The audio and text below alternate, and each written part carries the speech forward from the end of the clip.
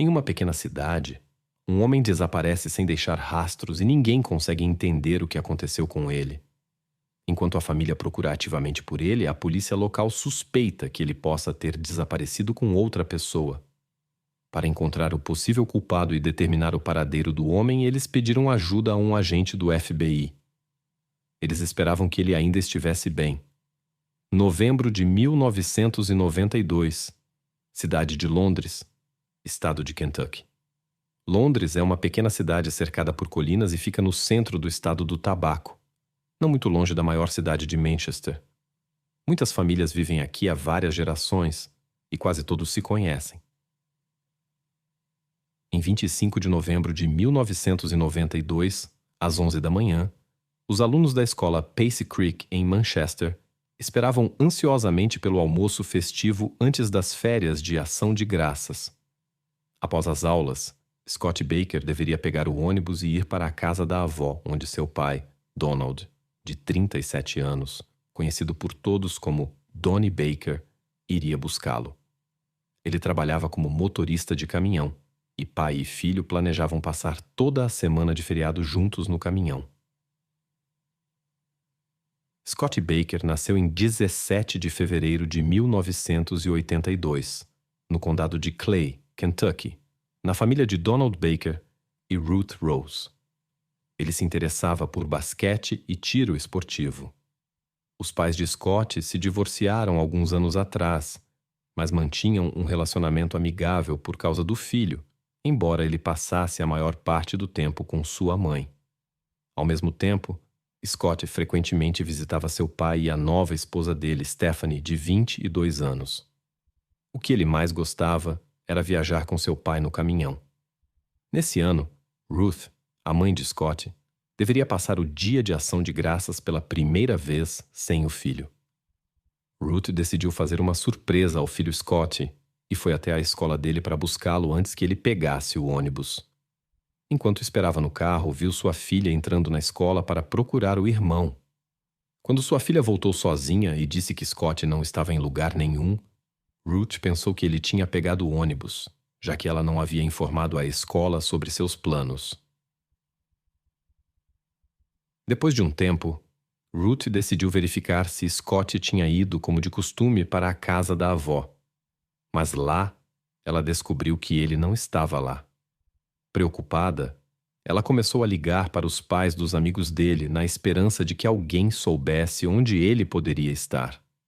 Após se certificar de que nenhum dos amigos tinha visto Scott, a família procurou ao redor, mas não o encontrou. Ruth e sua filha voltaram para a escola para descobrir se, por algum motivo, ele havia ficado lá. Ruth encontrou o diretor na sala dos professores e pediu ajuda para procurar seu filho. Naquele momento, todos os professores já tinham ido embora e o diretor prometeu ligar para o professor de Scott em casa para esclarecer a situação. Nesse momento, Ruth notou o livro de registros na mesa e viu uma anotação de que Scott tinha sido buscado às 11h30. O diretor entrou em contato imediatamente com a secretária da escola para obter detalhes.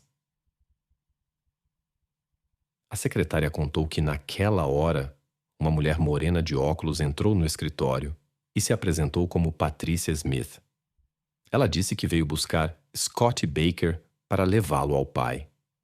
Naquele momento, Scott estava indo para o almoço festivo com seus colegas de classe. A secretária chamou Scott e disse a ele que tinha uma boa notícia. Ele iria para casa mais cedo. Embora a secretária conhecesse muitos pais e parentes dos alunos, ela nunca tinha visto Patricia Smith antes. Mesmo assim, Scott ficou feliz e saiu com a mulher, que assinou o livro, pegou sua mão e saíram juntos da escola. Ruth conhecia o nome Patrícia, pois ela era prima do pai de Scott. Ela ficou surpresa que Patrícia tivesse buscado o garoto sem avisar a família. Preocupada, Ruth percebeu que sabia muito pouco sobre a prima de seu ex-marido. Nem seu telefone, nem seu endereço. Ela se voltou para o diretor da escola e pediu que ele chamasse a polícia. A polícia de Kentucky enviou 2 oficiais para procurar Scott. O diretor deu a eles uma foto do menino e uma lista com os nomes e endereços dos colegas de classe dele. Ruth contou aos policiais tudo o que sabia. Os investigadores decidiram primeiro encontrar Patricia Smith, a prima do ex-marido de Ruth, pois ela tinha buscado Scott na escola. Descobriu-se que Patricia morava perto da escola, e os policiais foram imediatamente até ela para interrogá-la. Durante a conversa, Patricia explicou que não tinha buscado Scott na escola e que de forma alguma correspondia à descrição da secretária da escola. Logo, seu álibi foi confirmado. Até à noite, a polícia havia interrogado todas as mulheres chamadas Patricia Smith, que moravam num raio de 160 quilômetros da escola. Havia várias. Todas essas mulheres estavam em casa no dia de ação de graças, e nenhuma correspondia à descrição da secretária. Todas tinham um álibi confiável. Ficou claro que a mulher que buscou Scott usou um nome falso. Já haviam se passado quase 8 horas desde que a mulher desconhecida levou Scott da escola. Ruth tentou contatar seu ex-marido Donnie, o pai do menino, para descobrir se ele sabia de alguma coisa. O gerente da empresa de transporte disse a ela que Donnie estava a caminho para levar uma carga para Illinois. A mulher pediu que ele dissesse a Donnie para ligar de volta assim que possível. Os policiais do estado de Kentucky continuaram a busca pelo garoto e visitaram as famílias dos amigos dele que estavam com ele na escola naquele dia. Um dos amigos de Scott passou quase o dia todo com ele e se lembrava de como Scott saiu com uma mulher desconhecida. Ele viu que eles entraram em um carro de 4 portas, mas não conseguiu identificar o modelo exato. A única coisa que ele sabia com certeza era que Scott estava feliz em ir com essa mulher e não parecia preocupado. Até às 10 da noite, mais de 10 horas após o desaparecimento de Scott Baker, os investigadores ainda não tinham pistas sobre seu paradeiro. Como não haviam recebido nenhum pedido de resgate, os investigadores se concentraram na família e nos amigos de Scott. Em situações como essa, segundo sua experiência, frequentemente um dos pais está envolvido, especialmente em disputas pela guarda. Os pais de Scott Baker eram divorciados. Então os investigadores começaram a questionar Ruth sobre sua relação com o ex-marido. Ruth explicou que seu divórcio ocorreu há 5 anos. Desde então, ela e Donnie não tinham um relacionamento próximo, mas pelo bem do filho, mantinham um contato amigável. O divórcio foi difícil, principalmente por causa das questões de custódia de Scott, mas após algumas discussões chegaram a um acordo de custódia compartilhada. Ruth afirmou que Donnie sempre foi bom para seu filho quando este passava os fins de semana com ele. No entanto, ela suspeitava que Stephanie, a nova esposa de Donnie, poderia estar envolvida no desaparecimento de Scott. Donald Baker, de 37 anos, e Stephanie Spitzer, de 22, se conheceram em agosto de 1991 e se casaram no ano seguinte, no Dia dos Namorados. Segundo Ruth, Stephanie estava com ciúmes da proximidade de Scott com seu pai nos últimos 9 meses. Ruth acrescentou que essas informações vinham do próprio Scott, que se queixava de que não queria mais ir à casa do pai por causa de Stephanie. Assim, os investigadores identificaram vários suspeitos: Stephanie Baker, Donnie Baker e Ruth Rose. Até meia-noite de 26 de novembro, Scott Baker já estava desaparecido há 12 horas. Donnie Baker, que soube do desaparecimento de seu filho, deixou seu caminhão em Illinois e voltou para Londres, Kentucky, com um amigo. Stephanie e seu pai esperavam o retorno de Donnie, que esperava boas notícias, mas não havia nenhuma. Apesar de sua exaustão, Donnie insistiu em procurar seu filho.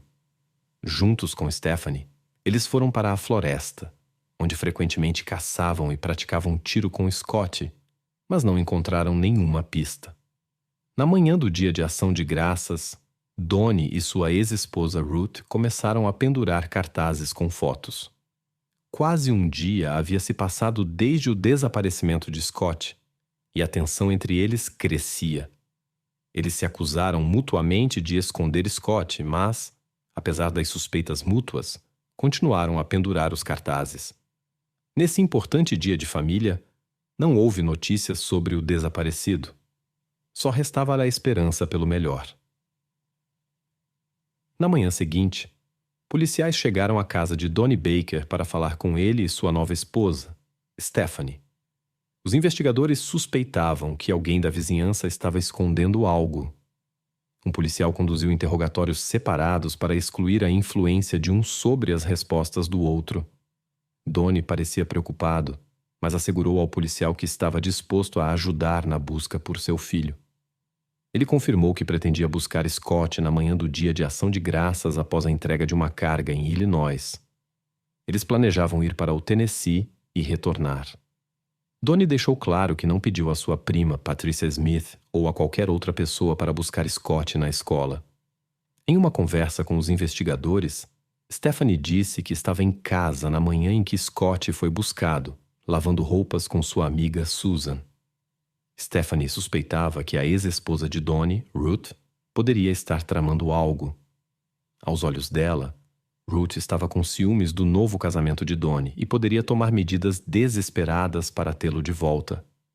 Os investigadores também interrogaram a secretária da escola, que, como única testemunha, viu uma mulher de óculos escuros nas proximidades. Foram mostradas fotos de todas as mulheres da família, incluindo Ruth e Stephanie, até mesmo com maquiagem.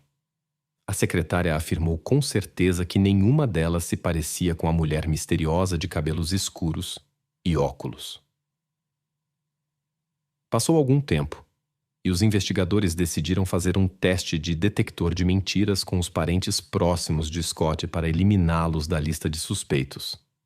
A primeira a ser verificada foi a mãe de Scott, Ruth.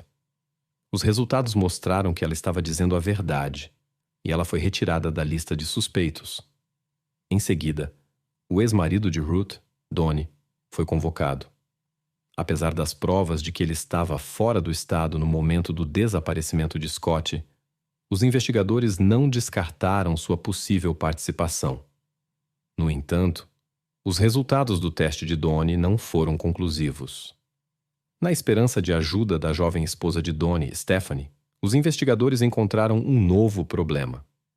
Stephanie declarou que estava grávida e, portanto, não poderia ser testada no detector de mentiras. No hospital, sua gravidez foi confirmada. Stephanie forneceu uma amostra de sua caligrafia que, assim como a de Ruth, não correspondia à assinatura da mulher que buscou Scott na escola. Durante o interrogatório, Stephanie detalhou suas ações no dia anterior. De manhã, ela estava em casa, lavando roupas com sua amiga Susan. Depois, telefonaram para outra amiga. Ao meio-dia, depois de terminarem de lavar, decidiram visitar Susan em casa. Stephanie deu aos investigadores o endereço de Susan para que pudessem entrar em contato com ela. Na noite daquele mesmo dia, no dia de ação de graças, os investigadores encontraram Susan em casa, onde estava descansando com seu marido, um caminhoneiro. Os policiais perguntaram onde ela estava na manhã do dia e Susan confirmou que estava com Stephanie. Ela também mencionou que Stephanie havia telefonado para sua amiga em comum por volta das 11 da manhã. Elas haviam planejado passar o fim de semana juntas, mas após a notícia do desaparecimento, todos os planos foram cancelados. Susan repetiu quase literalmente a história de Stephanie. Elas estavam em sua casa, lavando roupas, e então Susan percebeu que havia esquecido as chaves no carro. A mãe de Susan veio e a levou para casa. Susan também forneceu aos investigadores o número de telefone da amiga em comum, que mais tarde confirmou a conversa. A mãe de Scott Baker se lembra. No dia de ação de graças, nevou, e Scott não foi encontrado. Eu estava na janela ao entardecer pensando, onde está meu filho? Estava nevando, e ele provavelmente estava com muito frio. Quem quer que o tivesse provavelmente não lhe deu roupas quentes. Eu nem sabia se ele tinha algo para comer. Foi a queda de neve mais triste da minha vida. Na sexta-feira, dia 27 de novembro, um investigador especial do FBI se juntou à equipe de investigação que procurava por Scott Baker. A polícia de Kentucky e o agente do FBI ainda esperavam um final feliz. Eles falaram novamente com a mãe de Scott, Ruth, que não havia dormido desde o desaparecimento de seu filho. Ruth relatou que não havia recebido pedidos de resgate. Ela também explicou que suspeitava de seu ex-marido Donnie e sua nova esposa de 22 anos, Stephanie, embora ela não confiasse em Stephanie, pois elas nunca se comunicavam e só se encontravam ocasionalmente na loja de sua pequena cidade. Ruth notou que Stephanie não gostava de seu filho e Scott sentia aversão por sua madrasta. O agente do FBI pediu a Donnie Baker que fizesse outro teste de detector de mentiras, pois os resultados do primeiro não foram conclusivos. O segundo teste mostrou que Donnie não estava mentindo, mas durante a conversa com o agente ele expressou sua preocupação com sua nova esposa. Donnie disse que seu relacionamento com Stephanie havia se deteriorado, especialmente depois que ela lhe contou que estava grávida, ao que ele reagiu sem entusiasmo. Stephanie suspeitava que Donnie amava mais seu filho, e esse era o motivo de sua insatisfação. Ela reclamava que ele passava mais tempo com Scott do que com ela, especialmente devido às suas frequentes viagens de negócios que deixavam pouco tempo para a família. A situação piorou quando Donnie encontrou o diário de Stephanie e o entregou aos investigadores. Nas entradas, frequentemente mencionava que ela acreditava que Donnie amava mais Scott do que ela e expressava o desejo de que o menino desaparecesse. Essas entradas falavam de profundo ressentimento e aversão de Stephanie por Scott, o que levou os investigadores a novas conclusões e direções na investigação. Os agentes do FBI decidiram convidar Stephanie para um teste de detector de mentiras. Ao contrário da polícia de Kentucky, o FBI também testa mulheres grávidas. Quando perguntaram a Stephanie se ela sabia o que havia acontecido com Scott, ela mentiu. Após o teste, Stephanie foi submetida a outro interrogatório onde seu diário e os resultados do detector de mentiras foram usados. Os investigadores tentaram obter novas informações dela, mas ela manteve sua história. Stephanie afirmou novamente que passou o dia 25 de novembro, o dia do desaparecimento de Scott, o dia inteiro em casa com sua amiga Susan. Stephanie também mencionou uma conversa telefônica com outra amiga que ocorreu às 11 horas da manhã, o que coincidia com o depoimento de Susan. O horário da ligação era importante, pois Scott foi buscado na escola às 11h30. O FBI não pôde confirmar a ligação, pois era feriado. O comportamento de Stephanie despertou a desconfiança dos agentes do FBI. Ela se comportava calma e tranquila em relação ao desaparecimento de Scott, o que parecia estranho já que Scott estava desaparecido há 2 dias. Para possibilitar uma comparação mais precisa com a assinatura da visitante, Stephanie forneceu ao FBI uma segunda amostra de sua caligrafia.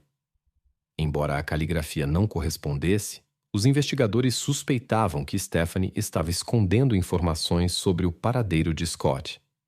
No entanto, foi determinado que Stephanie não era a mulher que havia levado o garoto da escola. O álibi de Stephanie foi confirmado pelo depoimento de sua amiga, Susan. Na segunda-feira, 30 de novembro, os investigadores visitaram novamente o apartamento de Susan para interrogá-la novamente e oferecer-lhe um teste de detector de mentiras. Mas ela não estava em casa.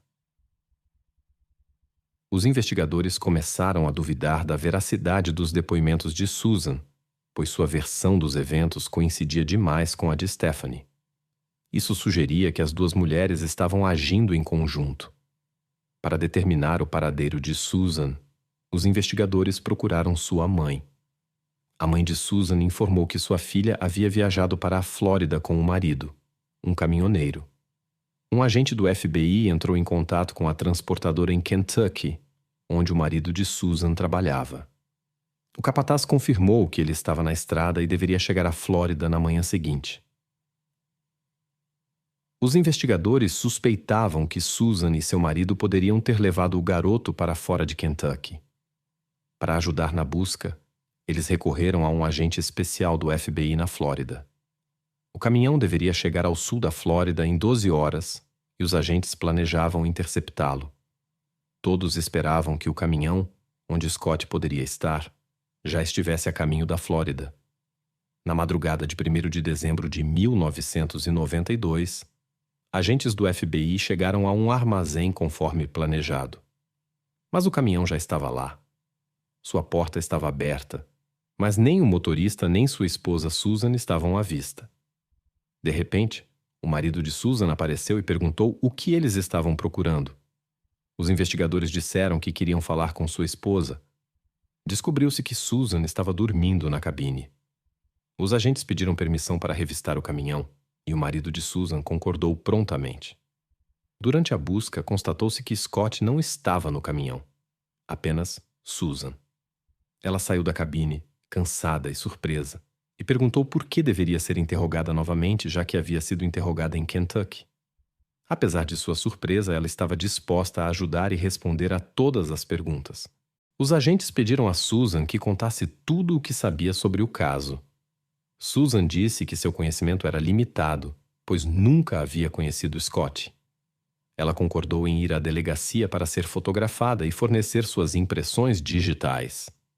O FBI também realizou um teste de detector de mentiras e coletou uma amostra de sua caligrafia. O teste mostrou que Susan havia feito declarações falsas. Sua amostra de caligrafia e os resultados do detector de mentiras indicavam um engano, mas a garota insistia que não sabia de nada. No entanto, investigadores experientes sentiam que algo estava errado e que ela estava escondendo a verdade. Após uma hora de interrogatório, Susan finalmente confessou. Susan contou que se fez passar por Patricia Smith e buscou Scott na escola em 25 de novembro. Ela fez isso a pedido de sua amiga grávida Stephanie. Stephanie queria assustar Scott para que ele parasse de se encontrar com seu pai. Stephanie estava com ciúmes desses encontros, pois estava grávida do pai de Scott, Donnie Baker. No dia antes do Dia de Ação de Graças, em 25 de novembro, por volta das 9h30 da manhã, Stephanie foi até Susan e implorou por ajuda. No início, Susan não queria se envolver, mas depois de muita insistência de Stephanie, ela concordou. A pedido de sua amiga, Susan mudou sua aparência para pegar o garoto da escola sem ser notada. Stephanie também lhe deu o nome de um parente distante para que ela pudesse se registrar. Scott nunca havia conhecido esse parente, mas Stephanie tinha certeza de que o garoto iria com a mulher se ela prometesse levá-lo ao pai. Enquanto Susan pegava o menino na escola, Stephanie se escondia no banco de trás do carro. O carro seguia para o norte de Kentucky e Scott, que estava no banco da frente, falava animadamente sobre como estava ansioso para se encontrar com seu pai. Quando o carro estava em uma estrada deserta, Stephanie tomou algumas ações que não podem ser mencionadas aqui. Susan continuou dirigindo o tempo todo. Após esses eventos, as mulheres foram para uma mina abandonada nas proximidades e esconderam as evidências longe da estrada. Quando os investigadores souberam desse local, obtiveram as coordenadas exatas de Susan. Em 1º de dezembro de 1992, 6 dias após o desaparecimento de Scott Baker, a polícia encontrou as evidências escondidas. Após muitas negações, a madrasta do garoto, Stephanie Baker, finalmente confessou e foi presa. Os moradores locais ficaram chocados ao saber o que a mulher grávida havia feito. A cúmplice e amiga de Stephanie, Susan, foi a primeira a ser julgada. Devido ao grande interesse público, o caso foi transferido para outro distrito. O promotor do 27º Tribunal Distrital de Kentucky conseguiu convencer o júri da culpa de Susan. Ela foi condenada a 25 anos de prisão. Em maio de 2008, ela foi libertada por bom comportamento após cumprir 15 dos 25 anos de pena. Após sua libertação, a mãe de Scott, Ruth, deu uma entrevista dizendo: "Eu quero que as pessoas nunca esqueçam o que ela fez. Quando ela andar pela rua, todos devem vê-la como culpada." Stephanie Baker, que tinha 22 anos, demorou a receber uma medida adequada. Finalmente, ela se declarou culpada e foi condenada à prisão perpétua com possibilidade de liberdade condicional após 25 anos. 6 meses após o início de sua pena, Stephanie deu à luz uma criança que foi criada por seus pais. Seu marido Donnie pediu o divórcio enquanto ela estava atrás das grades. Na prisão, Stephanie obteve um diploma em teologia e um certificado em estudos bíblicos, além de se casar. Em 2017, ela compareceu à Comissão de Liberdade Condicional e contou sua versão dos acontecimentos daquele dia. Stephanie afirmou que seu objetivo era levar Scott ao pai. Assim que entraram no carro, Susan dirigiu. Quando ela tirou a peruca, assustou Scott tanto que ele tentou sair do carro. Stephanie agarrou-o pela camisa e houve um incidente. Ela confessou que foi um terrível erro de sua juventude. A mãe de Scott, Ruth, estava presente na audiência e exigiu que Stephanie cumprisse a pena de prisão perpétua integralmente. Finalmente, a sentença permaneceu inalterada e seu pedido de liberdade condicional foi negado. Donald Baker entrou com uma ação civil contra o Conselho de Educação do Condado de Clay e a secretária da escola, porque Scott foi liberado naquele dia sem a devida autorização. A acusação contra a secretária foi retirada devido ao seu direito à imunidade qualificada, e a ação foi finalmente rejeitada. Como resultado, uma lei foi aprovada em Kentucky exigindo a identificação por foto de qualquer pessoa que retire alunos da escola.